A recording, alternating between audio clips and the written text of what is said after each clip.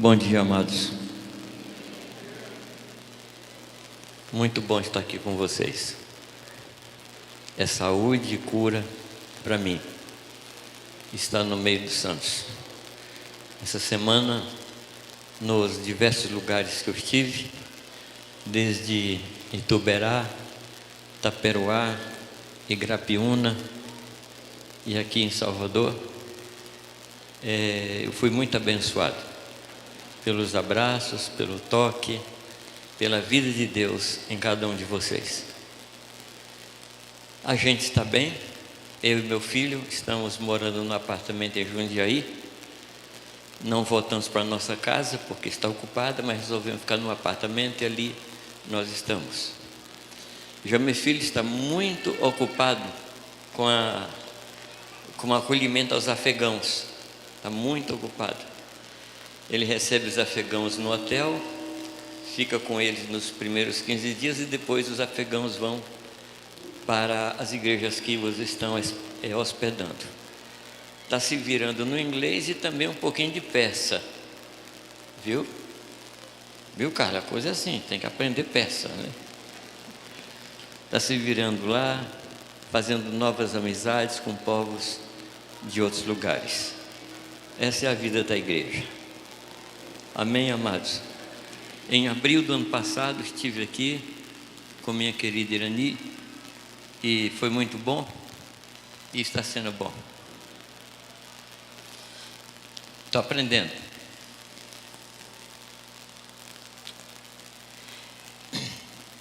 Nessa semana, desde terça-feira, eu estive falando com os irmãos sobre esse tempo que nós estamos vivendo.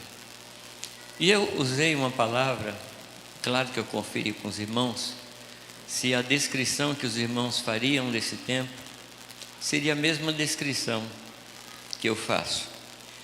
E eu procurei uma palavra que expressasse exatamente o que eu sinto, o que eu vejo nesse tempo da nossa vida. E a palavra que me veio muito forte é a palavra perplexidade. Se puder no copo para mim, agradeço. É a palavra perplexidade. Perplexidade é aquela situação em que você se vê numa situação nova, complicada e não sabe o que fazer. Olhando hoje para o mundo e para o nosso país, nosso querido país, eu não sei se vocês concordam comigo, mas a palavra que me vem é essa mesmo, perplexidade. A gente não sabe o que vai acontecer no dia de amanhã, falando em termos naturais, porque a gente sabe o que vai acontecer em termos espirituais. Sim ou não? A gente sabe. A gente sabe. O nosso problema não é tanto com o fim da história, porque o fim da história a gente já sabe. No que diz respeito ao mundo, o Senhor vai renovar tudo isso. Nova terra, novo céu. No que diz respeito a nós individualmente, eu sei e estou bem certo que Ele transformará a nossa vida e fará a nossa vida ser como a dele. E quando Ele se manifestar, nós veremos como Ele é e nós seremos como Ele é. Ele nos tomará pela mão e vai chegar diante do Pai e vai dizer: eis aqui os filhos que tu me deste, e não me envergonho de chamá-los meus irmãos. E o clímax do clímax é quando ele abrir a sua boca nesse momento e entoar louvores ao seu Pai e nosso Pai. Eu não sei qual é o seu sonho em relação à eternidade. Nós estávamos conversando dias atrás sobre o céu e dá para ver assim expectativas. E eu não sei qual é a sua expectativa. Se você gosta desse negócio de ouro, então você está querendo chegar nas ruas de ouro para talvez tirar uma lasquinha. Eu não sei se você está esperando chegar ali naquele ambiente assim sem trabalho e você procurar 2 árvores boas, pendurar uma rede. Não sei vocês, mas a minha expectativa é esse momento de nos encontrar com o Senhor e dizer assim: finalmente nós chegamos. O problema dessa história é que ela tem capítulos no meio. E nós estamos nos capítulos do meio. E aqui é o nosso problema. Então o problema não é com o futuro, é com o presente. E uma das coisas que mais tem afetado, não somente a vida da igreja, mas a população mundial, é um trabalho muito ruim, porém muito bem feito, que o diabo está fazendo contra a igreja e contra as famílias.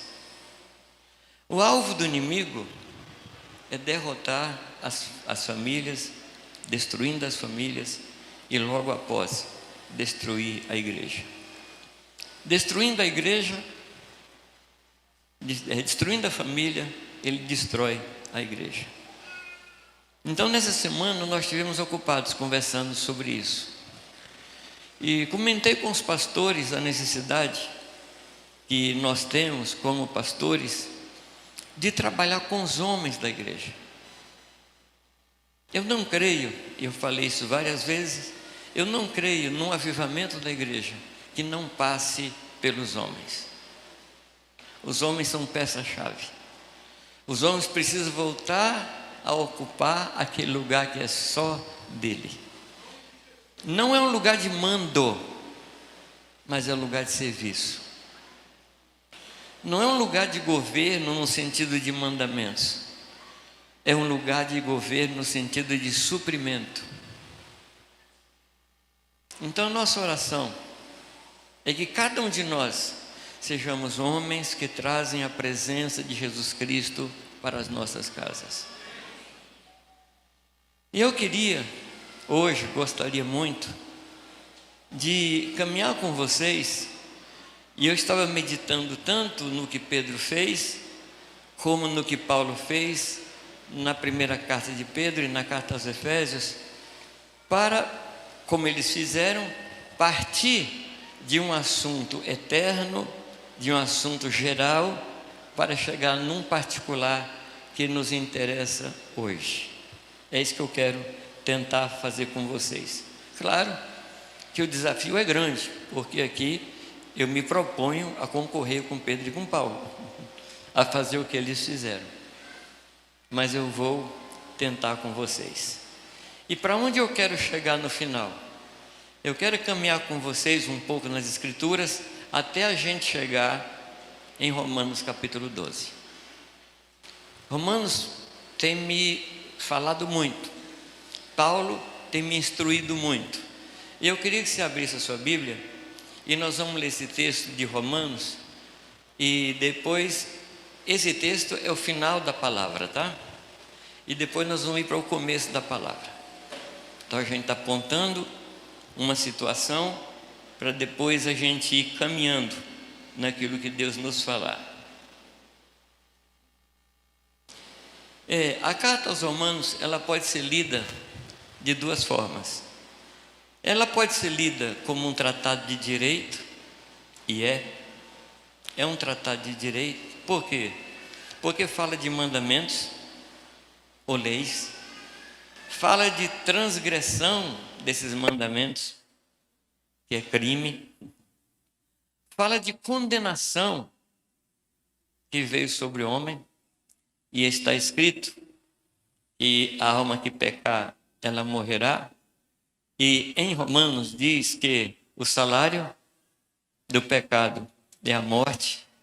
Então fala de lei, fala de crime, fala de penalidade, e fala de alguém que pagou um preço por nós e sofreu a condenação que era para que nós sofrêssemos, e ficamos livres da condenação por causa de alguém que sofreu por nós.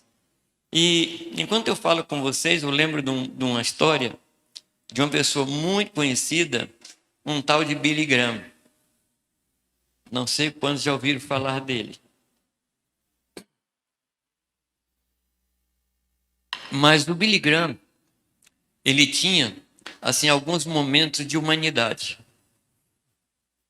E um deles foi quando, numa estrada, ele ultrapassou a velocidade.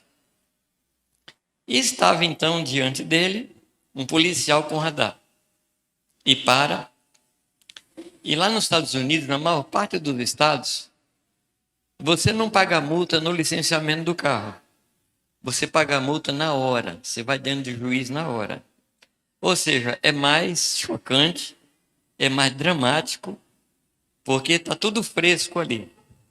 Então o policial parou o Billy Graham e conhecia ele e levou ele diante do juiz. Quando o juiz viu o Billy Graham entrar na corte, na sua sala, ele conheceu e ele ficou numa alegria tremenda, porque ali ele ia conhecer alguém que ele respeitava muito. E o Billy Graham, por sua vez, quando viu a alegria do juiz, ele pensou, poxa vida, eu vou ficar livre dessa multa. No entanto, o juiz falou assim, doutor, eu preciso multar o senhor. Eu não posso deixar de multar o senhor. E o senhor está multado em tantos dólares. No entanto, eu vou pagar sua multa. Havia uma penalidade, havia multa, havia transgressão, mas havia quem pagasse. Então a Carta aos Romanos fala disso, é um tratado de direito. Mas também, a Carta aos Romanos é um livro que celebra a reconciliação, que fala da nossa penalidade, do nosso pecado, da nossa transgressão, mas fala de alguém que pagou um preço por nós e nos fez entrar novamente em Deus. E agora nós temos acesso total e absoluto na presença do nosso Pai. Você pode ler então essa carta dessas duas maneiras e nenhuma delas está errada. Essas maneiras se complementam. No final, Deus é um Deus perdoador. Ele é justo. E honestamente, quando eu analiso os atributos de Deus, e quando chega nessa parte da justiça, eu entro numa boa confusão. Porque eu não sei se Deus é justo porque é misericordioso ou é misericordioso porque é justo. Eu não sei. Inclusive a palavra no hebraico para justiça e misericórdia é exatamente a mesma palavra. Aquele entendimento que diz que Deus é justo, mas também é misericórdia, como se fossem duas coisas opostas, isso não aparece na Escritura. Porque Deus não tem dupla face. Ele é íntegro. Ele é íntegro. Então, quando ele mata o seu filho na cruz, você diz, ele foi justo? Ele foi. Ele foi misericordioso? Ele foi.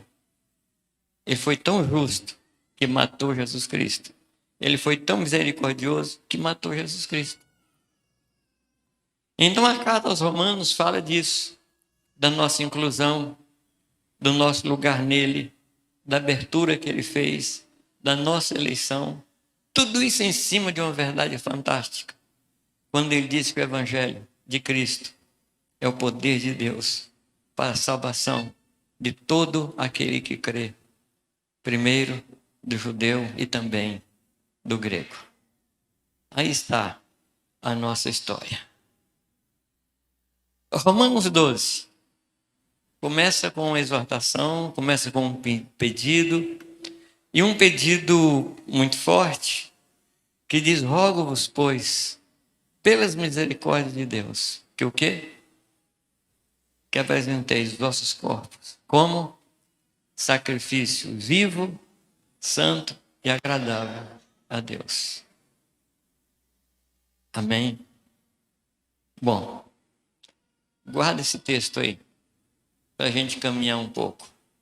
A carta de Pedro, ela fala da nossa origem, correto? No versículo 2 da carta de Pedro, ele diz que nós fomos eleitos. Fomos eleitos. Você sabe quando foi que Deus nos elegeu? Você sabe quando Ele nos elegeu? Foi naquele dia que, quebrantado, você se dobrou diante dele e disse: Senhor, eu me rendo a ti. Foi nesse dia? Não. Foi um pouco mais atrás. Foi um pouco antes disso. Mais exatamente, se é que pode chamar de exatamente, foi antes da fundação dos tempos. Quando o Cordeiro foi imolado, lá nós fomos perdoados por ele. Fomos salvos, fomos lavados. Ou seja, nós não fizemos nada que pudesse atrair a atenção de Deus. Não praticamos nada de bom para que pudéssemos conquistar o coração do Senhor. Por outro lado, nem sequer havíamos pecado. Não nos arrependemos, não pedimos perdão ao Senhor. E Ele nos perdoou. Para mostrar para nós que o perdão de Deus é para todos.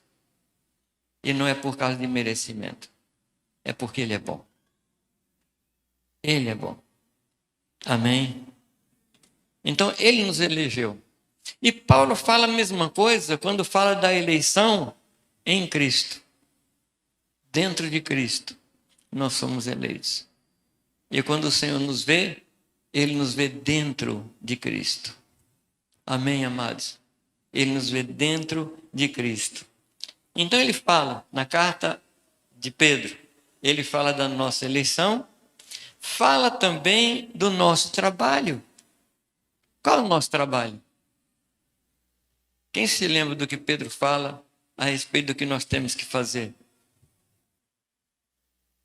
Lá no capítulo 2, no versículo 9, tem a nossa descrição e tem a nossa função.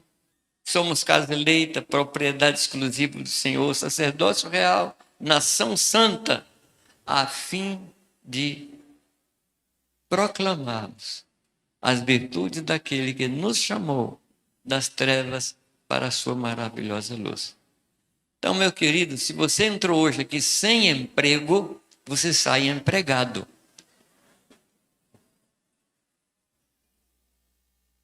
Você foi contratado. E não foi hoje. Hoje você descobre que está contratado. Hoje você descobre que você é um obreiro de Deus.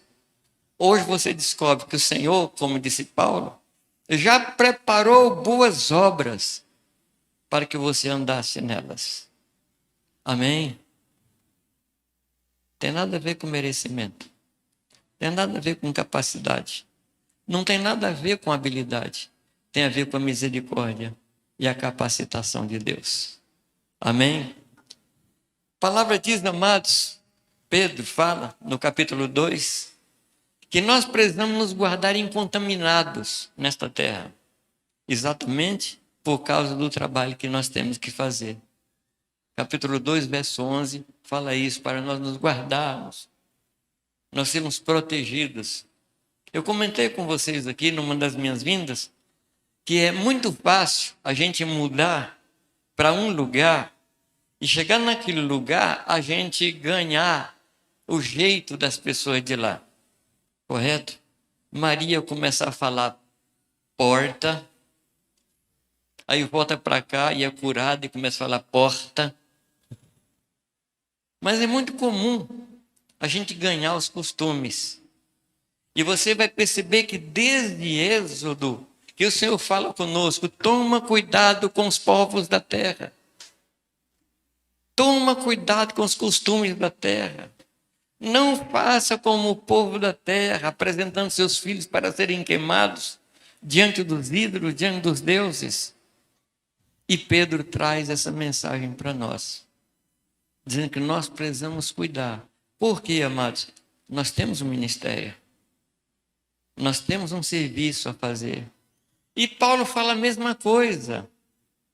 Capítulo 2, ele fala daquilo que nós éramos antes e fala do que nós somos agora. Amém, amados? Eu chamo esse texto de outrora e agora, porque ele fala do que nós éramos.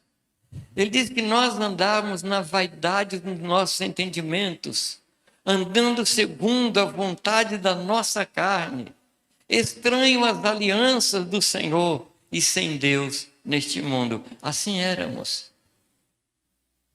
Então, quando Deus nos tira dessa condição, Ele diz assim: olha, toma cuidado para não voltar para lá. Toma cuidado para não adquirir os costumes dos povos da terra. Ele nos fala isso, tanto Pedro como Paulo. E ele vai caminhando, capítulo 2, do versículo 19 em diante da carta de Pedro, ele estabelece um padrão. Ele diz, amados, que nós não podemos sofrer como malfeitores. Nós não podemos sofrer como quem faz coisa errada. Agora, se nós sofrermos como Cristo sofreu, aí devemos nos alegrar. Você se alegra quando você é perseguido por amor do Senhor? Ou você reclama com Deus? Há uma oração muito específica a respeito disso no livro de Atos. Quando Pedro e João são jogados na prisão e depois saem da prisão para dar um relatório aos irmãos do que estava acontecendo. E junta todos os discípulos e a igreja que estava aí naquela hora, e eles fazem uma oração poderosa e diz: tu, soberano Senhor, que fizeste o céu e a terra, o Senhor vê como nessa cidade se levantará uma contra o Senhor e contra o teu ungido. E ao invés deles continuar a oração como nós continuaríamos, dizendo: Senhor, livra-nos do sofrimento, eles não fazem essa oração. Ele diz: Senhor, concede agora que o Senhor confirme com sinais enquanto nós anunciamos a palavra. Ele não pediu que Deus matasse os dignatários, o governante, ele não pediu isso. Ele não pediu para Deus aleijar o soldado que ia bater ou que bateu. Ele pediu graça para continuar fazendo o que estava fazendo. Esse é o Pedro, que antes era um tímido, que antes chegou numa situação de fim de vida, de fim de curso, de beco sem saída. Quando ele se assenta em Mateus 26, diz que ele se assenta quando Jesus estava sendo levado para ser julgado, e ele se assenta para ver o fim. Ou seja, ele tinha certeza que tudo ia acabar naquele dia. Ele não conseguia ver além do natural. E nós também, amados, não podemos olhar para o natural. Temos que olhar para o que Deus está fazendo. Só assim nós vamos poder cumprir o nosso ministério nesta terra. A gente sai do comum e entra no normal. O normal é Deus. A gente sai do natural e entra no sobrenatural. A gente sai do temporal e entra no concreto. Entra naquilo que fica, naquilo que é permanente. Amém, amados? Esse é o nosso chamado. E aí ele vai falando no capítulo 2 sobre o sofrimento de Jesus e traz a coisa para a gente. E ele diz que o nosso chamado é o sofrimento. Para isto foste chamados. Para isto o quê? Para o sofrimento. E aí ele coloca o padrão de Jesus Cristo. E ele fala que injuriado não injuriava, ameaçado não ameaçava, mas se entregava ou se entregou ao reto juiz. Interessante que Jesus não apelou nem para advogado, não, advogado de defesa. Ele se entregou ao reto juiz. Ele se colocou embaixo de juízo para que Deus o julgasse. E o texto do capítulo 2 termina falando do pastor e bispo das nossas almas, que estão cuidando da nossa alma. Mas qual é o assunto do capítulo 3 da carta de Pedro? Ele pega toda essa explicação, ele traz toda essa revelação e leva para onde, amados? Leva para o contexto da família.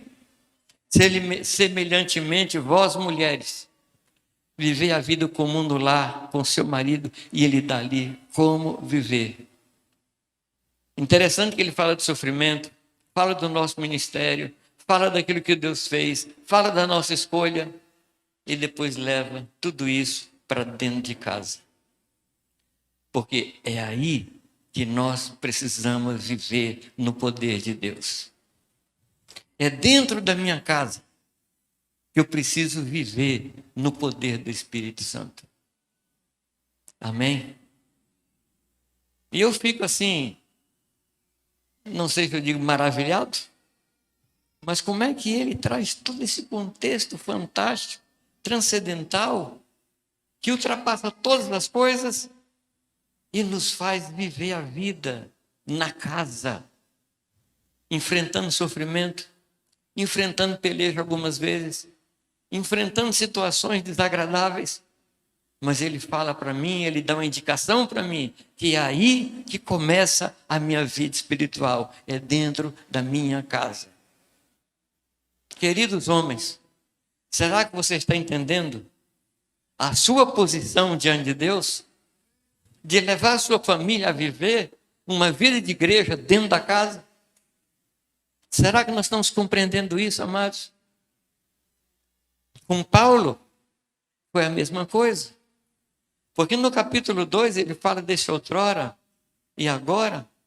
E lá para o versículo 19 até o versículo 22, ele fala qual é o nosso destino.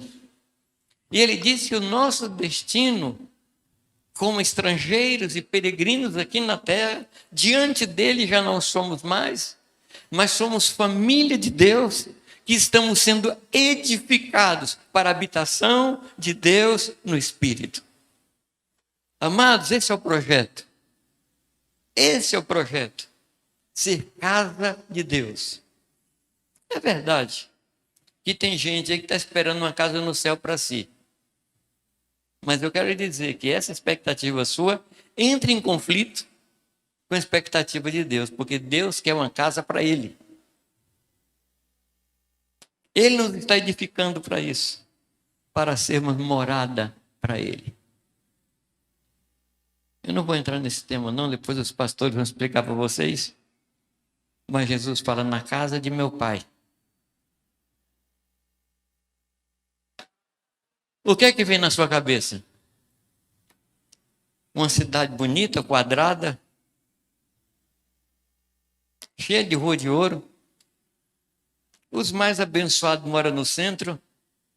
Os não tão abençoados moram na periferia. E uma fila de casas que a gente está construindo, mandando tijolinhos para cima em cada boa obra que a gente faz. Eu duvido que você não tenha escutado essa história. Mas eu quero lhe falar que a casa do Pai continua sendo a casa do Pai, que somos nós. Isso não mudou. Isso não mudou. E eu gosto muito quando o meu amigo Jacemã, com essa voz forte dele, proclama, somos a casa de Deus. Nós somos. E não é por isso, amados, que a nossa vida tem que ser organizada, porque ninguém gosta de ficar numa casa suja, numa casa desorganizada. Deixa o Espírito Santo organizar a sua vida. Deixa o Espírito Santo colocar as coisas nos seus devidos lugares. Amém? Tem coisa fora de lugar? Por favor, meus queridos homens, escuta isso que eu estou falando. As irmãs, por favor, me desculpem, mas o meu interesse hoje não é que você me escute, minha irmã querida. Eu lhe amo, gosto de ver você aqui, vejo o amor de Deus em muitos de vocês, mas o nosso negócio hoje é ver os homens se levantando.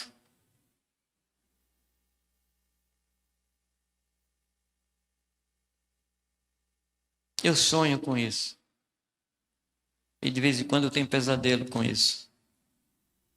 Deus quer levantar você, meu amado, como um profeta, como um sacerdote, como um pastor em sua casa. Esse é o seu trabalho. Não foge disso, não. Não fuja disso. Amém? Vamos voltar para Efésios, ou para Pedro, não sei agora qual. Mas Paulo, ele fala disso no capítulo 2, final do capítulo 2. Quando entra no capítulo 3, Paulo faz aquela oração tremenda. E a sua oração Pede a Deus que nós compreendamos o Senhor. Capítulo 4, ele fala dos homens que Deus coloca sobre nós, apóstolos, profetas, evangelistas, pastores e mestres, para nos aperfeiçoar para a obra do ministério. E onde é que ele chega? Cada um de nós, bem ajustado, bem consolidado, auxiliando a todos com justiça, efetuamos o nosso próprio aumento para crescimento das nossas vidas em amor. Está no verso 16. No verso 17, ele fala como nós vivíamos e vai trabalhando nisso. Capítulo 4, o restante do capítulo 4, fala de uma vida de substituição. A nossa vida natural, carnal, diabólica, não sei mais que nome dá, é substituída pela vida do Cordeiro. É substituída pela vida do Senhor Jesus Cristo. E ele vai trabalhando isso conosco. Aquele que mentia, faz o quê? Mentira sempre dá prejuízo aos outros. Infelizmente, não traz lucro para quem mente. É prejuízo total. Com a instrução, aquele que mentia, não minta mais. Antes, fale a verdade, uns com os outros, para transmitir graça aos que ouvem. E aí, é lá em casa que a coisa pega. Vocês concordam ou não? A gente se preocupa que as conversas que temos em casa transmita graça aos nossos pais, aos nossos filhos, aos nossos irmãos.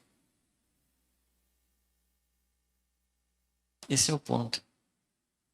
Conversar com a esposa e ao conversar com ela, vai abençoar. Conversar com o marido e ao conversar com seu marido, você vai edificar a sua vida. Ao conversar com os filhos, ao invés de irritá-los, você vai animá-los. É aí, amados, que nós precisamos viver como igreja na casa. Deixa eu confessar uma coisa a vocês que eu tenho falado aos pastores. Eu tenho encontrado uma dificuldade enorme. Você não calcula.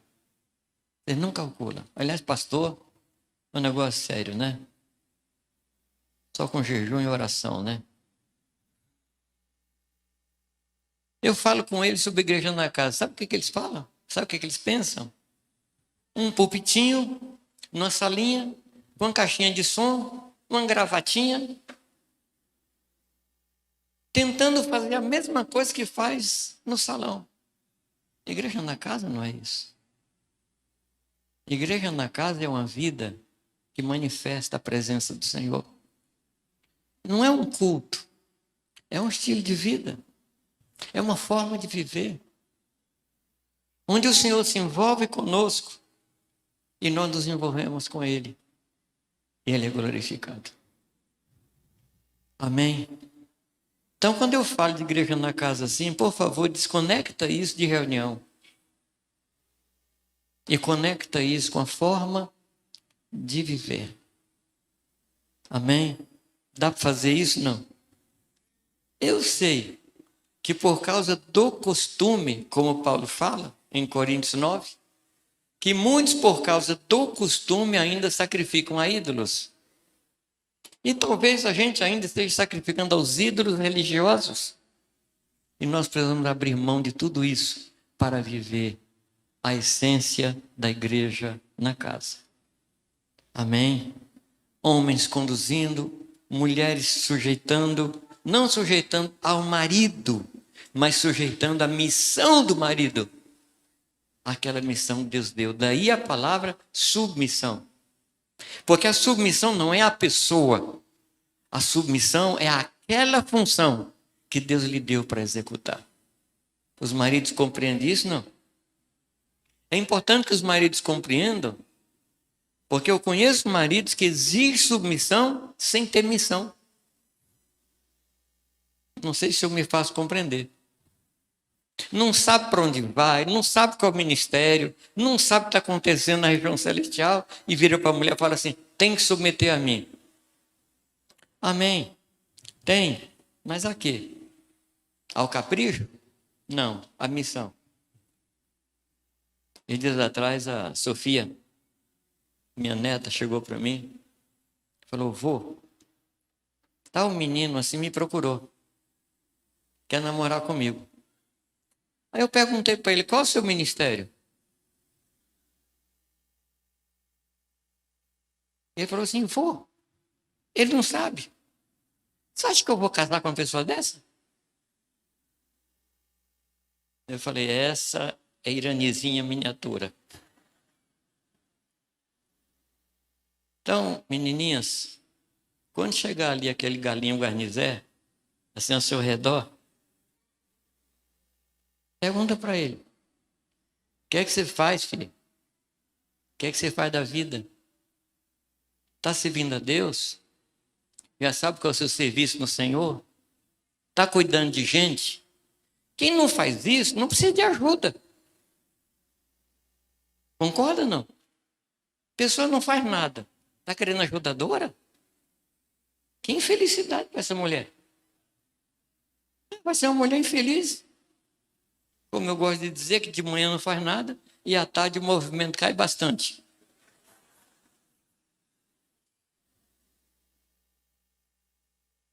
Por favor, meninas, valorize o passe. Valorize o passe. Valorizem-se. Você não nasceu para ser ajudadora de quem não sabe o que fazer. Eu estou falando disso, mas porque é exatamente para esse ponto que Paulo conduz. Depois de falar de mentira, que não deve haver mais mentira, depois de falar que aquele que furtava não furte mais, aí ele chega para nós e fala que a gente tem que ser cheio do Espírito Santo. E ele faz uma oposição ao Espírito Santo, ele usa o vinho para fazer a oposição ao Espírito Santo. E eu fiquei perguntando: Deus, por que que Paulo coloca o Espírito Santo e o vinho? Não sei se você já fez essa pergunta. Mas a conclusão que eu cheguei é que se a gente tomar muito vinho, a gente perde o controle para o vinho. Se a gente se encher do Espírito Santo, a gente perde o controle para ele. Então a questão aqui é quem controla a nossa vida: ou o vinho ou o Espírito Santo. Os verbos seguintes nos indicam como ser cheio do Espírito Santo. Falando entre nós com salmos e hinos, com cânticos espirituais, louvando a Deus de coração, sujeitando-nos uns aos outros no temor do Senhor. Mulheres, sede submissas aos vossos maridos. Maridos, cuidem da sua esposa como Cristo cuidou da sua. Aí fala para os pais: não irritem os seus filhos. Filhos, sejam obedientes em tudo aos pais. Aos empregados, sejam obedientes, sirvam. E por fim ele fala, capítulo 6, da armadura, proteção, cobertura, para a gente poder viver a vida de Deus. Você percebeu como os dois, tanto Pedro e como Paulo, vai falando verdades tremendas até chegar dentro de casa? Percebeu isso, não? Porque é na casa onde as coisas se perdem. E aí eu quero voltar com você para Romanos 12. O que é que diz Romanos 12? Rogo-vos, pois, pelas compaixões do Senhor, e faça o quê? Apresente os corpos como sacrifício vivo, santo e agradável a Deus. Tá bom, vamos tentar aplicar. Se eu estou querendo levar para casa o assunto, como é que seria uma vida de sacrifício vivo, santo e agradável a Deus dentro da casa?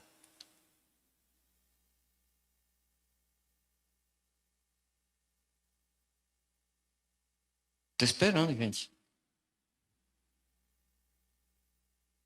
Por exemplo, alguém da sua família pediu água.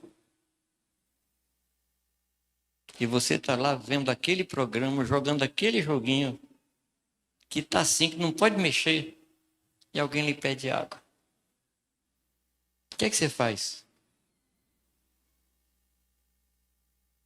O que é que você faz? Aquele versículo que diz assim: você não tem perna, não? É que quando a gente pensa em sacrifício, a gente pensa em coisa assim que religiosa. Mas não há maior sacrifício do que servir as pessoas. Servir de coração. Principalmente os da nossa própria casa. Ali é que nós prestamos o culto racional, agradável a Deus. E aí nós vamos conhecer a sua boa, perfeita e agradável vontade. Não tente viver uma vida espiritual fora de casa. Viva dentro de casa. Eu já contei para vocês, e ontem eu falei para os jovens, que um dia eu cheguei na cozinha, peguei o copo, fui lá na geladeira, pus água, tomei e pus o copo na pia. O Santo Espírito de Deus, com toda a sua glória e majestade, me fez uma pergunta extremamente espiritual. Quem vai lavar o copo? Eu falei, claro, é a serva que tu me deste. Eu não fui bobo a esse ponto. Eu peguei o copo, lavei, enxuguei e pus no armário. Isso é culto racional. Aquilo que é produto da sua decisão. Aquilo que é produto que você escolhe, independente da sua vontade. Quem aqui se diverte lavando copo que os outros tomam água? Ah, não. Quem sujou, que limpe. Sacrifício vivo, santo e agradável. Eu quero lhe dizer que nenhum sacrifício é agradável a nós, mas é agradável a Ele. É agradável a Ele. Tudo que você fizer para servir aos irmãos, você estará agradando a Deus. É impossível servir a Deus sem servir as pessoas dentro da sua casa. Não sou um servo de Deus. O Senhor combateu isso. Quando ele falou que os fariseus, ao invés de sustentar os seus pais, pegavam o dinheiro que poderia usar nisso e oferecia a Deus, dizendo, é corbã, eu não posso cuidar dos meus pais. Muitas vezes a gente não é tão explícito, mas a gente não serve as pessoas dentro da nossa casa por algum motivo espiritual. Porque tem que ler a Bíblia, porque tem que fazer isso, tem que fazer aquilo outro. Amados, o serviço aos irmãos é o centro do nosso culto. O serviço às pessoas da nossa casa é o centro do que Deus quer fazer em nossas vidas. Não é por isso que Jesus veio a essa terra morar numa família, viver numa família. Não é por isso, amados, para nos ensinar como viver em família. Eu não sei o que é que você pensa, como é que vai sua imaginação. Quando Maria pedia para Jesus buscar a vassoura e varrer um determinado lugar, como é que você acha que Jesus fazia? Ele dizia, não, eu sou o Messias. Eu não posso fazer essas coisas. O que você acha? Ele não pecou em nenhum momento. A preguiça não vivia com ele. A preguiça não caminhava com ele. Amém? Meninos, amém? E uma coisa que eu estava lembrando ontem, falei com os jovens, é que um dos evangelhos disse que quando Jesus ressuscitou, ele deixou o lençol dobrado. Lembra, não? Ele deixou o lençol dobrado. Eu fico pensando, meu Deus, um momento tão transcendental, um momento tão fantástico, O senhor para dobrar lençol? O que você acha que ele quis ensinar para a gente? O que você acha? Ó, meu amado, toda manhã, quando você ressuscitar, arruma sua cama.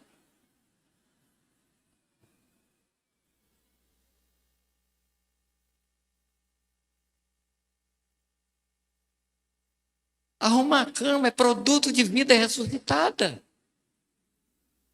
Lavar prato é produto de vida ressuscitada. Cuidar dos irmãos dentro de casa é produto de vida ressuscitada. Se você ressuscitou com Cristo, faça, pois, a sua velha natureza morrer e viva a natureza do Senhor. Se você já morreu com Cristo, viva agora a vida de Cristo. É que a gente é excessivamente espiritual. É muita espiritualidade. Ah, mas sabe o que acontece? A gente faz e ninguém nota. E daí? E daí? A gente faz para receber recompensa? Ou a gente faz porque isso é agradável ao Senhor? A nossa vida não está aqui para que agrademos pessoas. Nós estamos aqui para agradar ao Senhor Jesus Cristo. Essa é a nossa vida. Esse é o nosso culto racional. E o que é que vai acontecer, amados? Nós vamos experimentar a boa, a perfeita e agradável vontade de Deus. Depois de oferecermos o nosso corpo como sacrifício. Eu comentava com os irmãos, hoje de manhã, quando você se levantou da sua cama, e você falou, vai ter uma reunião às 9 horas, às 9h30, não sei que hora, 9 horas. É 9 ou 9h30? Essa é uma conversa que a gente estava tendo. Essa história diz assim, é entre 9 e 9h30. Eu tenho alergia a isso, eu começo a me coçar. De manhã você se levantou. Hoje de manhã, aliás, antes de levantar, você abriu o olho e falou, que dia é hoje? Domingo, tem reunião. Deus, Santo Cordeiro, me livra disso. Se possível, passe de mim esse cálice. Ou você se levanta e glorifica a Deus. Eu vou me encontrar com meus irmãos. Eu vou junto com meus irmãos salmodiar e celebrar o nome do Senhor. Eu não sei que hora você levantou hoje, mas foi nessa hora que começou o seu culto. O culto, ele sempre vai sacrificar alguma coisa em benefício da outra. Sempre, sempre. E o maior culto que nós podemos prestar ao Senhor é quando a nossa vontade morre, para que a vontade dele se estabeleça. Amém? Deixa eu caminhar só um pouquinho mais. Versículo 3 do capítulo 12. Ele fala que a gente não deve pensar da gente mesmo mais do que convém. Isso aqui é muito importante dentro de casa. É muito importante. Ou seja, não pensar acima daquilo que é conveniente. Não conveniente a mim, mas conveniente às pessoas e conveniente a Deus. Como é que seria isso na prática? Se eu não devo pensar de mim mais do que convém, eu preciso dar uma olhada na Escritura para ver como é que é isso. E eu vou lhe ajudar num texto. Filipenses.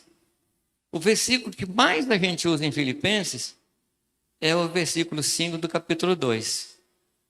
Lembra o que aqui diz?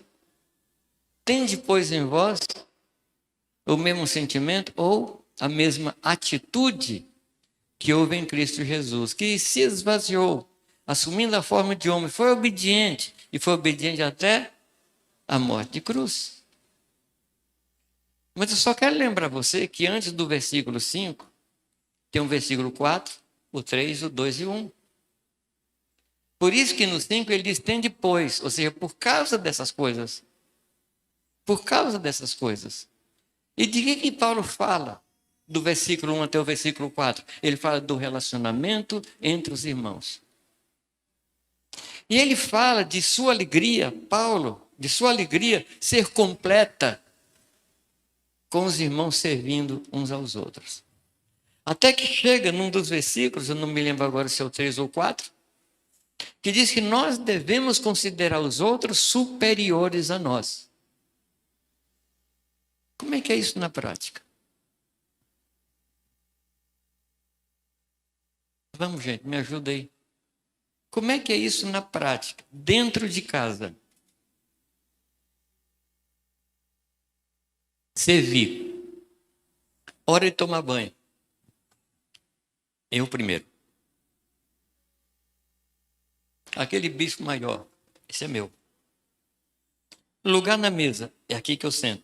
Levanta daí porque esse lugar é meu. Não, mas eu cheguei primeiro, o problema é seu, levanta daí. Será que eu estou falando alguma coisa próxima de alguma realidade sua? Quando eu considero o outro superior, o que eu tenho de bom vai para essa pessoa. O que ela fala é melhor do que o que eu falo. O que ela pensa é melhor do que aquilo que eu penso. Você vai dizer assim, Jamei, isso é exagero. Querido, não é não. Não é. Não é. Se você se lembrar da história de Ruth e Noemi, você vai perceber que não é exagero. É verdade que tem gente que canta essa história em celebração de casamento. Não é verdade? Onde quer que tu fores, direi eu.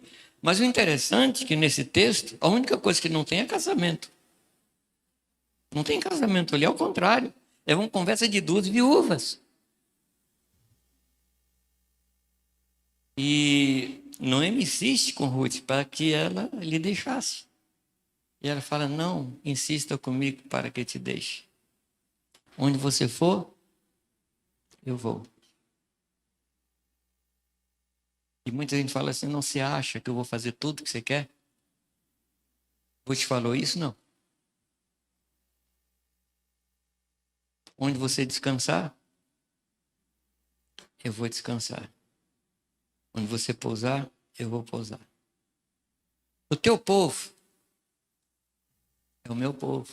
Ou seja, eu assumo a tua cultura. O que você faz é melhor do que eu faço. E por fim, o ponto mais alto, o teu Deus é o meu Deus. Isso se chama valorizar a pessoa. Isso fala a respeito de eu considerar o outro superior a mim. Esse é o padrão. A história de Ruth não é para ser cantada em casamento. É para ser vivida na vida da família. Amém? Não se considere superior. É verdade que muitas vezes assim, tem pessoas que a gente não considera superior, né? Mas aí a gente que é meio espiritual, a gente faz um esforço para dizer, faz de conta que é. Deus não está querendo que você faça de conta. Deus está querendo que eu e você cheguemos à conclusão que nós somos os piores pecadores da face da terra. Que nós não somos dignos de receber qualquer coisa do Senhor. Que nós não merecemos e só merecemos o inferno. Se eu me considerar o pior dos pecadores, qualquer pessoa é melhor que eu. Estão me entendendo, amados? Eu não estou perguntando se você crê desse jeito. Estou perguntando se você me entendeu. Porque eu crer desse jeito é outro departamento. É outra história. Não pense de si mesmo mais do que convém. Mas pense segundo a medida da fé que Deus repartiu com você. Numa família, numa congregação, nós precisamos saber quem nós somos. Exatamente para poder servir as pessoas. A gente não busca ministério? E o que significa ministério? Serviço. Deus revela para mim meu ministério. Porque eu não quero passar essa vida de qualquer jeito. Eu quero servir as pessoas. Eu não vou esticar muito, mas eu só quero dizer a você, se você quiser aprender mais de Romanos, capítulo 1, capítulo 12, versículo 1 e 2, leia até o final do capítulo 15. Porque a partir do 4, a partir do versículo 4 do capítulo 12, até o último versículo do capítulo 15, está mostrando como prestar um culto agradável a Deus. E o assunto nesses capítulos é servir aos outros. É hospedar, é cuidar, é proteger, é honrar. Isso é o nosso culto racional, agradável ao nosso Deus. Amém? Meus amados irmãos, homens, viva isso em casa. Viva isso dentro da sua casa. Não meça esforço para proteger, para guardar, para servir. Com isso, você estará ensinando a seus filhos como é a vida de Deus. E você estará atraindo a presença de Deus para dentro da sua casa. O Senhor vai se sentir bem dentro da sua casa. Irmãs queridas, orem ao Senhor. O que a palavra nos ensina? Se alguma de vós tem maridos que não obedecem, interessante que Pedro não fala que tem maridos que não são crentes. A gente é que aplica assim, né? Mas o texto fala maridos que não obedecem. Ou seja, crente desobediente. O que é que você, meu irmão, vai fazer em casa? Vai pegar a Bíblia e dar nele uma surra de Bíblia. Você ouviu, seu incircunciso, o que nós ouvimos lá na reunião? Não é por aí, não. Interceder, orar, clamar. Se tem alguma coisa a falar, fale com Deus. A palavra fala, se o nosso inimigo nos perseguir, vamos servi-lo. Vamos cuidar, vamos dar pão, vamos dar água, porque fazendo isso, nós vamos amontoar brasas vivas sobre a sua cabeça. Não é no sentido de matar, de queimar, de prejudicar, mas no sentido de fazer a pessoa pensar, e pensar, e pensar, e pensar, até mudar. O seu papel, minha irmã, é silêncio. Silêncio aqui, mas grito aqui. Gritar para Deus. Gritar para Deus. E servir. E continuar servindo. Meninos e meninas, você tem uma tarefa em casa. Servir aos seus pais. Serve aos seus pais. Cuida deles. Seja grato a eles. Se você fizer isso, você vai ter uma longa vida. E tudo o que você fizer vai prosperar. É o único mandamento que tem promessa. Os outros é assim, não faça isso, não faça aquilo. Esse não. Esse diz, se você fizer isso, você vai ser recompensado. Para você entender a importância desse mandamento. Amém? Podemos orar. Sobre o que vamos orar? O meu convite a você nesta manhã é que você ofereça o seu corpo como sacrifício vivo, santo e agradável a Deus. E você vai estar ansioso para chegar em casa e começar a viver isso. Você vai estar ansioso para chegar lá, Deus, minha vida mudou e a partir daqui eu sou um sacrifício agradável a Ti. Por favor, curva a sua cabeça. Meninos também, ore a Deus. Deus me ajude a ser essa pessoa segundo o Teu coração. Pode orar. Pode levantar sua voz e orar.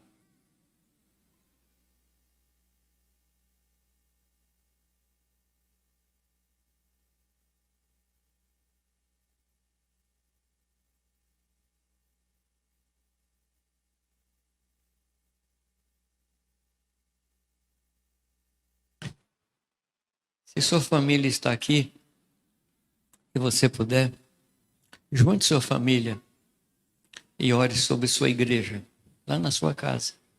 Aquela igreja na qual você é o pastor, na qual sua esposa é sua ovelha, seus filhos são suas ovelhas. Se você puder.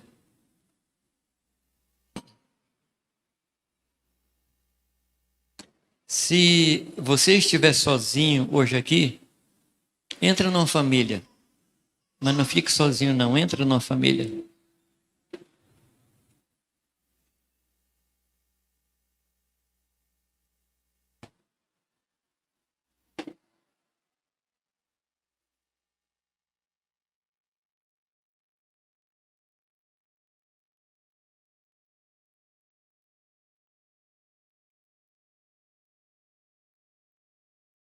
Abençoa sua casa, abençoa seus filhos. Fica sozinho, não. Adota uma família se você estiver sozinho.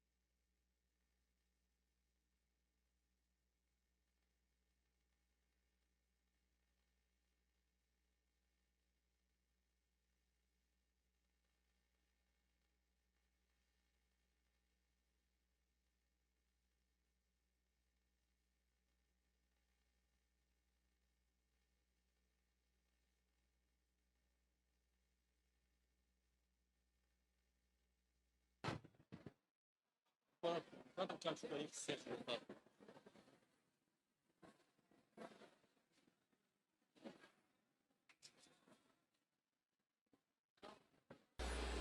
Geilson vai orar. E tendo terminado a oração, nós estamos terminando também o nosso encontrão. Vamos orar. Amém. Que os irmãos não esqueçam dessa doce palavra que recebemos hoje e de todos os encontros onde Jamê realizou e ministrou uma palavra tão maravilhosa para nossas vidas. É ensino, é graça, é coisa assim do céu para nós. Que nós possamos conter isso no nosso coração. Não vamos deixar, amados, que as coisas lá de fora venham dispersar o que nós recebemos hoje. Vamos regar isso, vamos permanecer, e que a nossa esperança ela continue viva, ativa no nosso dia a dia como igreja do Senhor e nas nossas casas. Amém? É apenas uma coisa que eu esqueci. É de Valdir de Jacobina, vai colocar uma mesa ali com as pimentas que ele produz. Quem tiver interessado pode adquirir. Saiba que está autorizado pelo presbitério. Tá bom? Oremos. Amém. Então nós vamos orar. E também nós vamos estar orando por Moçambique, né? As coisas não estão muito bem devido às tempestades fortes que estão lá. O Deitos também, nosso amado, estão lá, Camunga, que os irmãos já conhecem. Então levanta nossas mãos, levanta suas mãos, liberando graça do Senhor. Pai, em nome de Jesus, nós te somos gratos por todas as tuas misericórdias, Pai. Porque se não fosse por elas, eu não sei como seríamos as nossas vidas. Muito obrigado pelo amor e carinho que o Senhor tem por nós, pelo cuidado, pelo zelo, Deus, pela tua palavra ministrada aos nossos corações. Deus, muito obrigado pela vida do Jamê. Ele está retornando para a sua casa e que lá ele possa continuar, Deus, vivendo debaixo da graça, da proteção e do amor do Senhor. Deus, oramos por cada cidade que está aqui hoje participando conosco. O Senhor abençoe, que eles levem para suas congregações esta palavra, que repartam com amor e com sabedoria. Deus, também queremos orar por Moçambique, pela tua igreja que está ali, pelaquela nação que está em apuros, preocupados com a situação dos ciclones. E Deus, que o Senhor esteja protegendo aquela nação, protegendo o seu povo, trazendo paz, trazendo saúde e segurança nos seus corações, Pai. Guarda o teu povo em toda a terra. Abençoa, Deus, as nações. Abençoa, Deus, a tua igreja em todos os lugares dessa terra. Em nome de Jesus, Pai, que nós te agradecemos. E que o amor do Senhor prossiga no coração, de cada irmão que está aqui presente hoje. Em nome de Jesus, receba a bênção do Senhor, para a honra e glória do santo nome.